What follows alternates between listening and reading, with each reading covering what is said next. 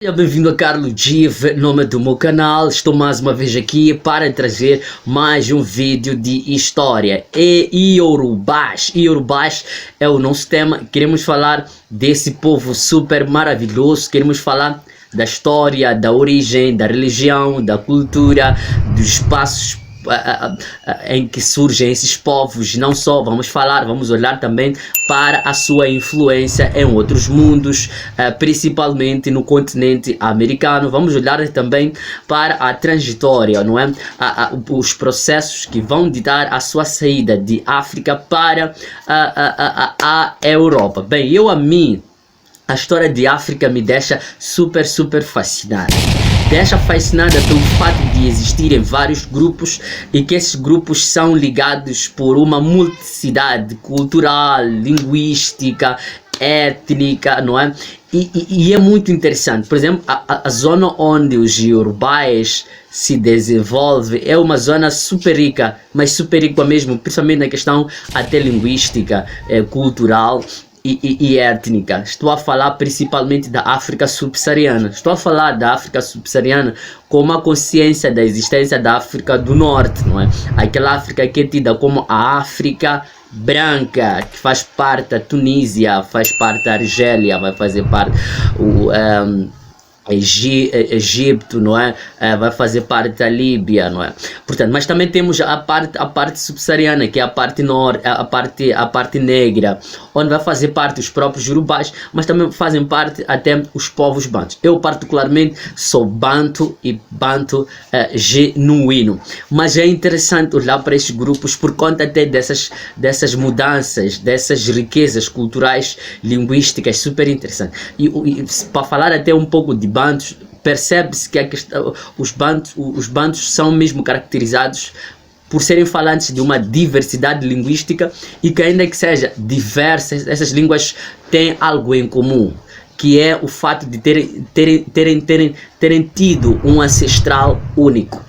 E que, ainda que existem essas diferenças, vão nutrindo essas ligações, essas unidades genéticas, não é? Essas ligações sanguíneas, que é possível, ainda que seja de longe, perceber que essas línguas são familiares. Mas bem, voltando para os iorubás, quando falamos de iorubás, estamos a falar de um grupo etnolinguístico, etnocultural muito forte, que a sua origem é de ser a África Ocidental, em quase que toda a África Ocidental.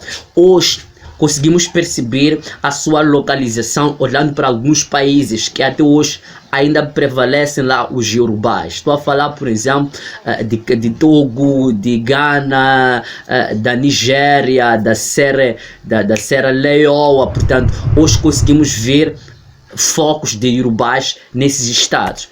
Principalmente quando falamos da Nigéria. Na Nigéria ainda prevalecem os iorubás, principalmente na África, na Nigéria Ocidental, um pouco para sudoeste da Nigéria. E é interessante a gente perceber que a gênese desse povo parte de uma zona, de uma cidade religiosa, não é? Estou a falar religiosa porque uma das coisas que caracteriza os iorubás é a sua religiosidade, que é muito rica, gente, muito rica. E eu poderei mais tarde falar até de como é que é a mitologia e a religiosidade dos iorubás. E é entendendo a religiosidade dos iorubás que vamos entender a sua influência até fora de África. Estou a falar, por exemplo, que esses indivíduos serão levados no processo da escravatura para o Brasil, serão levados para Cuba, serão levados para a República Dominicana, serão levados para o Haiti, não é? E para outros lugares. E nesses lugares hoje conseguimos perceber a sua presença a partir até da sua religiosidade. Estou a falar, por exemplo, da religião Ubanda, estou a falar do Candomblé, que são religiões de matriz africana e que essas religiões são grandemente influenciadas até pelos próprios iorubás no processo da escravatura na África Ocidental para para o Brasil e para outros lugares. Então é uma zona, são povos estritamente ricos culturalmente, religiosamente. A formação desse grupo, estou a falar grupo, mas são grupos que vão se espalhar em quase toda a África Ocidental. Entende-se que a sua gênese é ter sido numa cidade religiosa que é Ele-Ife. Ele-Ife é a primeira cidade que se pode perceber que ali há de ter sido a gênese dos Yorubás. Estou a falar gênese do Urubá, estou a falar da cultura Urubá, estou a falar da tradição religiosa Urubá, a zona, a região, a cidade dos deuses, a cidade dos Oruxás, não é? E mais tarde, naturalmente, que esta cidade religiosa é dominada, é invadida e é destruída já pelo Império. Destruída, estou a falar destruída por conta até da própria extensão, que a extensão cresce com a chegada, não é, do Império Oyo. Portanto, Oyo há de ser um império entendido literalmente por conta até da política de expansão, de dominação de outros territórios. E é, portanto, a partir desse período que, pela dominação de outros territórios, não só o império vai crescer, como também vai angariar os escravos, não é? E, portanto, este império vai viver basicamente não, mas vai viver também da escravatura. Portanto, é esse império que vai impulsionar a saída de alguns Yorubás da África Ocidental, de alguns pontos até de países. Estou a falar de Benin, estou a falar de Ghana, estou a falar até da própria Nigéria e de outros lugares, não é? Vai impulsionar a saída dos Yorubás para outros lugares do mundo. Portanto, serão essas políticas expansionistas e escravagistas que vão reduzir, não é, ao fracasso esse império de Oyo, o império do monarca Oba, que era o monarca que era tido como indivíduo indicado pelos deuses, ainda que esse império seja um império político, não é? Mas ainda existia essa questão de deuses, a questão dos orixás, a ideia do sagrado vai existir, e não só a entidade do próprio Oba há de ser tido como uma entidade sagrada, há de ser tida como uma entidade mesmo sagrada. Naturalmente que este império depois, pela invasão dos fulanos, esse império desaparece, e nesse território há de ser invadido já pelos próprios ingleses, que vão dominar até a própria Nigéria e outros territórios. Portanto, estou a falar já do século XIX. Portanto, falando de uma periodização em fé, quando falamos de fé, a cidade religiosa, falamos dessa cidade até século XII. Mas de século XII até século XVII, vamos falar já da entrada do Império Oyo. Este império que a partir do século XVI, XVII, que é o período de escravatura, não é, vai prolongar até século XIX, que século XIX já é a dominação inglesa nesta zona, e principalmente, não é, na própria Nigéria. E como disse quando iniciava o vídeo, que o que vai marcar muito a comunidade Yorubá é a sua religiosidade. Existe lá um mito super interessante relativamente à própria criação. Bem, relativamente à criação do céu, segundo a criação, vamos lá, da terra, não é? Segundo os Yorubás, que acreditavam que os deuses viviam no céu, portanto, eles dizem que um dia o Deus Olorum, que era pai de 2 filhos, um mais novos era Aduá e o mais velho era Orixalá. Portanto, ele teria mandado o seu filho mais velho, Orixalá, para que ele descesse a terra e que formasse uma parte seca, uma porção seca, porque eles viviam no céu e por baixo deles só havia água. Portanto, manda o filho Orixalá e dá alguns elementos, alguns produtos, vai dar a ele água, vai dar a ele uma porção de terra, dá a ele uma galinha, vai dar também um camaleão, não é?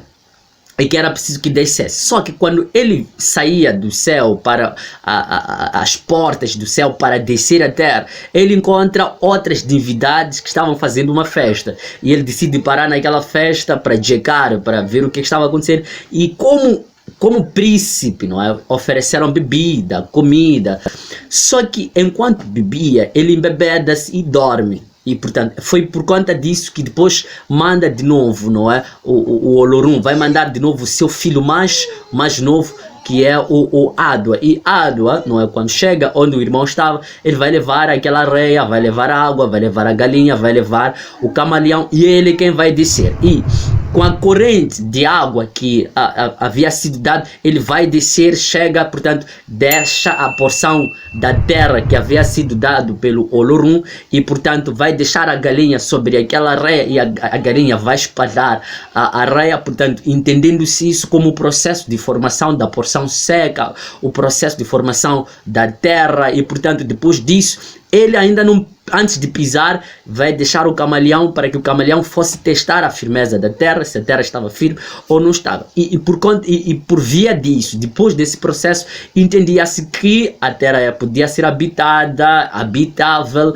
e assim se formava a terra. Naturalmente que isto é uma mitologia, é algo que faz parte da mitologia dos Yorubás. Portanto, há de ser essa mitologia, naturalmente, que vai alimentar a fé dos Yorubás. Os Yorubás acreditam na existência de um Deus supremo, mas também vão acreditar na existência de outros deuses menores, que são os orixás, e que aos adoradores dos orixás, aos adoradores de Deus supremos, são tidos como filhos dos orixás, são tidos como filhos de Olorum, Olorum que é o Deus supremo. Naturalmente que vão existir outras divindades que possivelmente façam parte dos orixás. Estou a falar, por exemplo, de Exum. Exum que é ou representa Deus de mensageiro ou de mensagem, quem leva a informação às preces dos filhos dos orixás, dos filhos de Olum,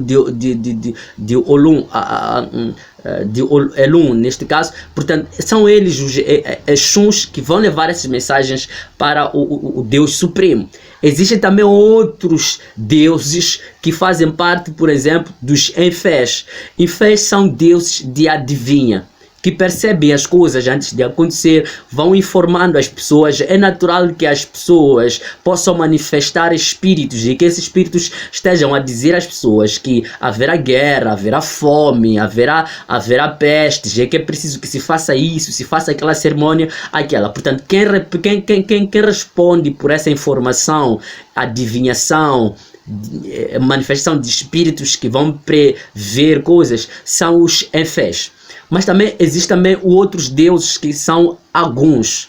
Aguns são mais deuses de guerra. São deuses que vão dar força aos guerreiros, aos soldados. São deuses que é preciso invocar sempre quando existem essas guerras. Então, existe sempre essa hierarquia dentro da religião dos Yorubás, assim que é. Mas existem outras divindades, dentre elas até podemos citar o deus de trovão, que é o Xagum. Xagum, que era deus de trovão. Sempre que trovejasse, relampejasse nas sociedades yorubanas, portanto os Yorubás iam atrás das pedras, porque eles pensavam que quando houvesse relâmpago, o deus Xagum estava lá a jogar uma pedra sagrada, e que era preciso que os Yorubás fossem atrás dessa pedra. E essas pedras, em algum momento, são encontradas, são recolhidas, são colocadas em seus templos e são tidas como templos sagrados.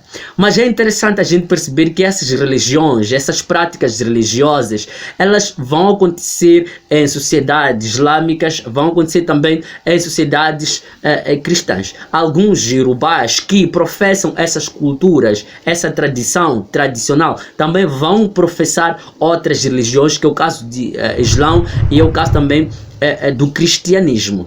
Vão obedecer a algumas festas do cristianismo, festejam o Natal, mas também vão festejar as festas tradicionais. Bem, eu acho que isso acontece quase que em todas as partes, até de África, mais para o sul, mesmo nas comunidades bantus. Apesar de, nas comunidades bantus, existir uma grande luta, uma grande crítica a segmento da religião tradicional para aqueles que são cristãos. Obriga-se que, se alguém é cristão, que seja simplesmente, unicamente cristão e não tradicional. Se é tradicional, que seja tradicional. Há uma grande luta em relação a isso. Mas para o caso da África Ocidental ou na comunidade urbana, eles seguem a religião tradicional, vão seguir e também a religião que é a religião cristão.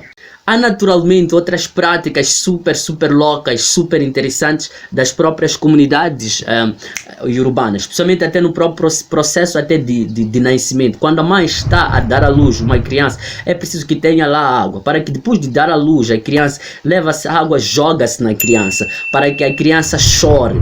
Depois que a criança chore, existem outras práticas que serão feitas fora até do próprio da própria casa de parto, porque em algum momento os partos são dados dentro da própria casa, dentro da família, da família da senhora grávida, não é?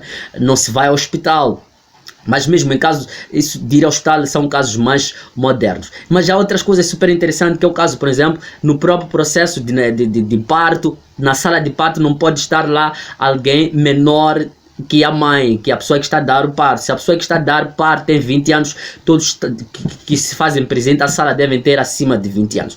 Existem outras práticas, depois de se a dar parto, a criança é levada para o quintal, o recinto de casa, amarra-se com uma linha, uma fita, o cordão umbilical, e corta-se esticado a uma linha. Depois disso, enterra-se no mesmo local onde vai se enterrar, por exemplo, a placenta da mãe, e a criança é lavada naquele lugar. Portanto, faz-se um pequeno ritual naquele lugar. E só depois disso, até depois de 3 dias, é que as demais pessoas devem ou podem aproximar para visitar a criança. Isso até acontece mesmo nas comunidades bantus. Nas comunidades bantus, quando nasce a criança não é tocada por qualquer pessoa, mesmo até no hospital para casa, não é tocada por qualquer pessoa.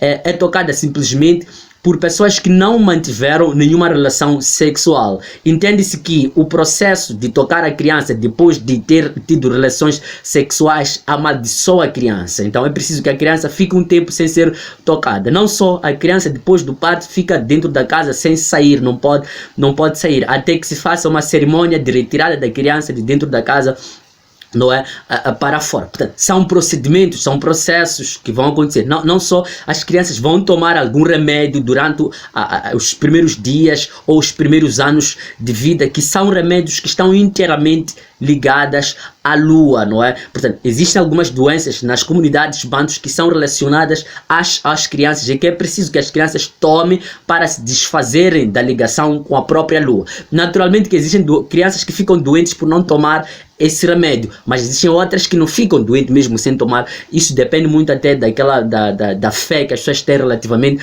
a este processo. Mas existe essa cultura. E quando esta criança cresce e decide casar, portanto, são os pais dessa criança, desse menino, que vão conversar com os pais da noiva. Há um negócio que é feito, portanto, o jovem vai preparar um certo valor de produtos que serão destinados para a compra, o pagamento, a indemnização dessa mulher, que são tidos como a riqueza da noiva, e portanto, depois de terem sido aceitos, durante a noite o casamento é feito, não é? Ao entardecer faz-se o casamento, e depois do casamento a esposa já pode ir viver em casa do jovem. E é interessante que no processo do casamento, o jovem, nas próprias festividades, há uma cerimônia de lavagem, de purificação, de abertura de portas de nascimento nesta mulher, em que ele leva uma bacia, põe ali uma mistura de remédio, de plantas, de raízes, que vai lavar os pés, a parte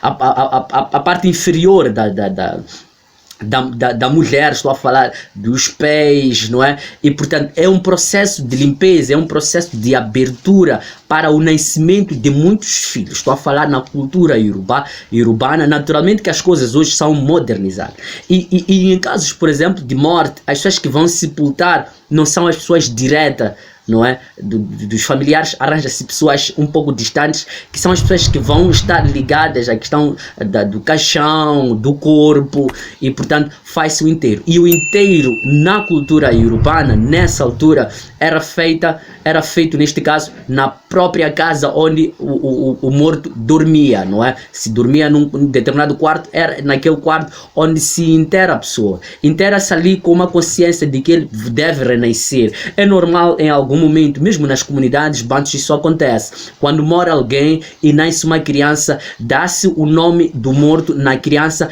numa perspectiva de que o morto renasça naquela criança. É natural as pessoas verem um morto numa pessoa viva através do nome e não só através de algumas práticas, através de alguns comportamentos, a forma de andar, a forma de ser. É possível que as pessoas digam, essa aqui é o fulano, só pela maneira de falar, pela maneira de ser, ainda que o tal fulano tenha morrido.